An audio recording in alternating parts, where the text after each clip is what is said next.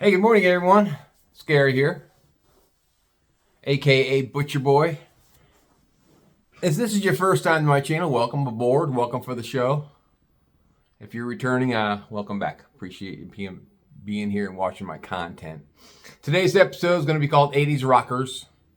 I've been wanting to talk about this for a while because I see it in my face a lot. Now that I'm retired, I'm watching a lot of YouTube videos, mostly movies on Prime and Netflix. But if I'm really bored, I'll look at YouTube videos of rock and roll bands back in the 80s. Because I followed rock and roll bands in the 70s and 80s because I'm in my mid 60s. Which brings me to my subject. These groups that are still touring and they're in their 70s, these icons of the 80s, rock and roll gods of the 80s, they're still touring in the 2026. They need to fucking go away. Is what I'm saying. And if you don't know what if you're in your 50s or 60s or 70s and you're watching this program, you know what I'm talking about. Just to name a couple of bands, because there's a bunch of bands out there that are still touring. First of all, they go back after their heyday in their 80s when they were big time, big hair bands. Big hair bands is what they were.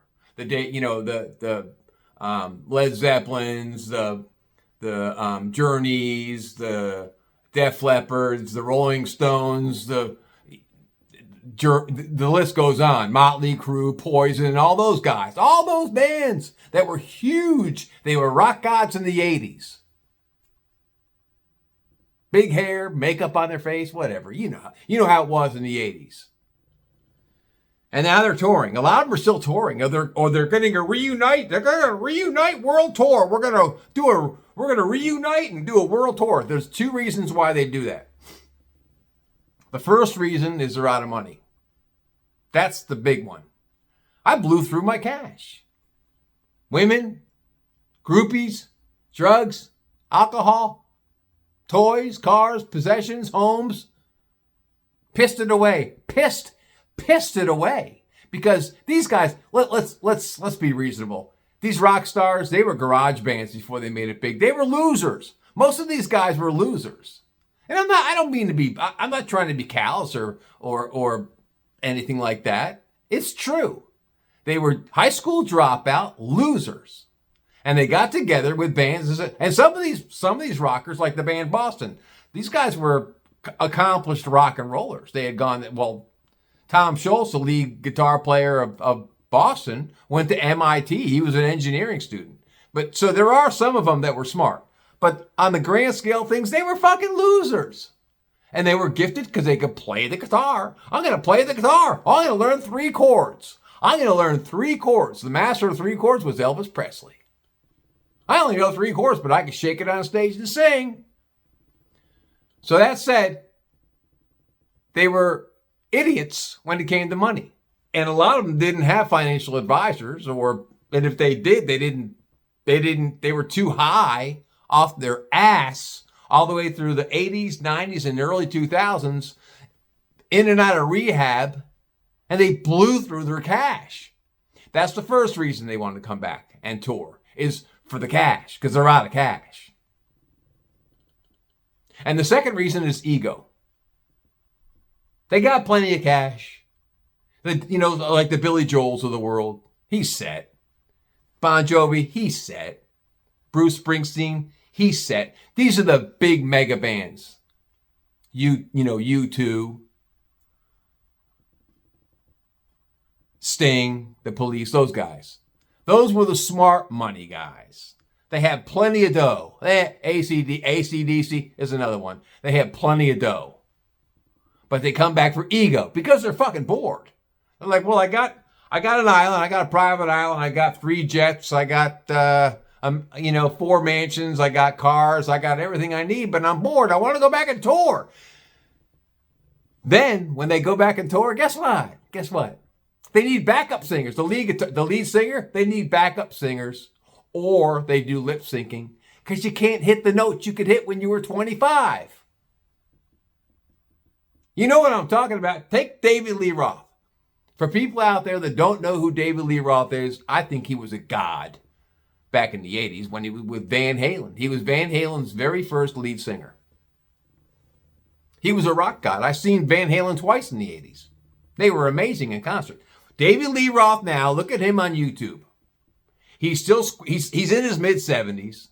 He looks like death warmed over. He still dresses like he's 20. He's squeezing his wrinkled ass body into these tight leather pants and leather top and tattoos everywhere. And he's dancing and jigging on stage like he's still a rock guy when he can't even hit the fucking notes.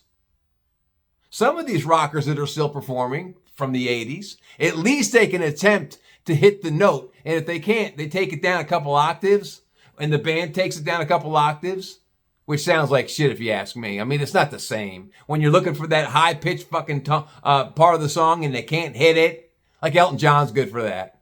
He still puts on a great performance, but he can't hit the notes. Elton, come on, retire already, fuck. And then, Elton John, God bless him. Great artist. Never saw him in concert, but man, I would have loved to.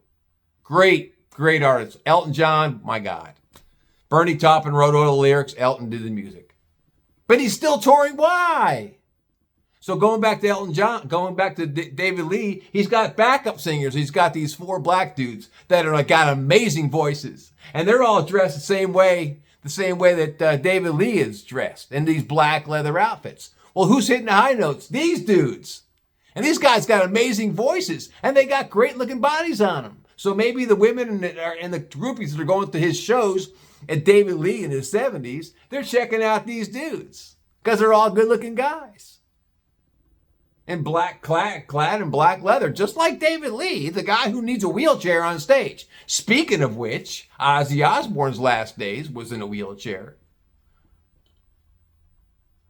Who's the lead singer for Heart? Is that Ann or Nancy Wilson? I think it's Ann Wilson. She's in a wheelchair. They roll them out on stage. Here you go. Put a mic in their face. They're in a wheelchair. Axl Rose had something, broke his fucking leg at one point. He was touring in a fucking wheelchair. When is enough? When do you say enough? When do you say no more? And then they don't even pan. Okay, so you take some of these rockers that I'm mentioning in the 80s. What about the groupies that followed them in the 80s? Imagine what those bitches look like. Woo! Tits hanging down like 2 grapefruits in a sock. They've lost all that perfectness on their boobs. Everything's saggage. A pancake ass with wrinkles all over the place. Boobs that point down straight into the ground like I said, 2 grapefruits in a sock.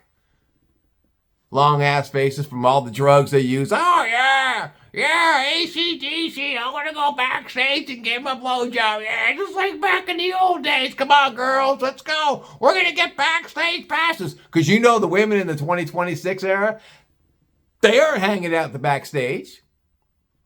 These 19, 21, 25-year-old chicks, real hot groupies, they aren't lining up for these guys that are in their 70s.